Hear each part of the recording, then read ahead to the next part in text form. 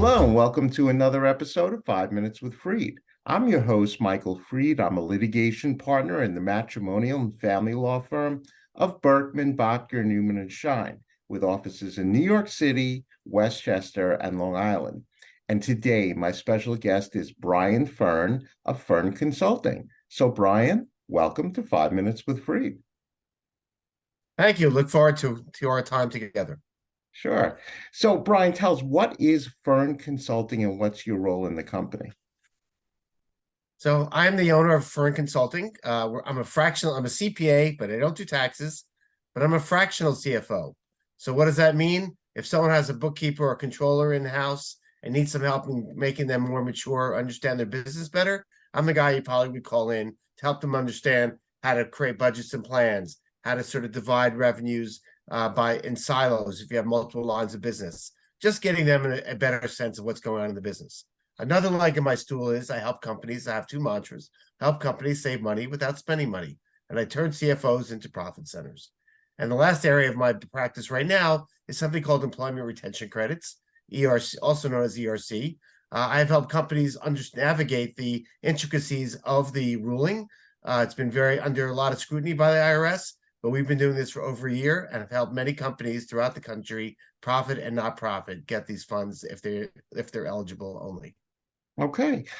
So, Brian, you know that I'm a matrimonial and family law attorney. When would my clients most often require your services? So I think if people that are getting divorced might have a business and they're looking to sort of figure out, how do we improve the bottom line before I get divorced, or how much is the company business worth? There's probably areas where I could help probably improve that bottom line. It probably in some point that litigators may say, hey, this is not a good expense, or that isn't. Maybe something like that would be an appropriate place for me to get involved. Okay. So, what are the challenges that you face in your area of work? So I find some of the stuff I do, I believe, are no-brainer ideas, including healthcare or shipping or merchant services. And I find a lot of people don't necessarily have the acumen to understand that I'm there to help them. So I think it's just getting people to be comfortable with what I'm saying is true. I was a past CFO for 10 years. I'm a CPA now, so I have a lot of business acumen that can help people improve their bottom line.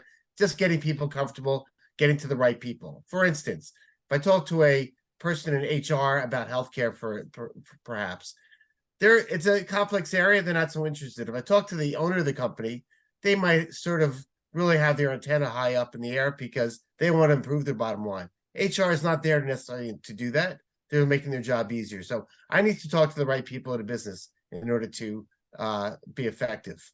Yeah, sure. So, Brian, what's the best way for a prospective client or other professional like myself to contact you? You should contact me directly. I'm the owner. I can be reached at my email, which is bkfern52@gmail, or you're certainly more than welcome to call me on my cell phone. I'm always available. I'm at my desk 8 hours a day or more. And my cell phone number is 973-818-1415, and I'm located in Livingston, New Jersey. Perfect. So now, Brian Fern, we have now come to the most important part of our show, and that happens to be the question of the week. So, Brian Fern, this is your question of the week.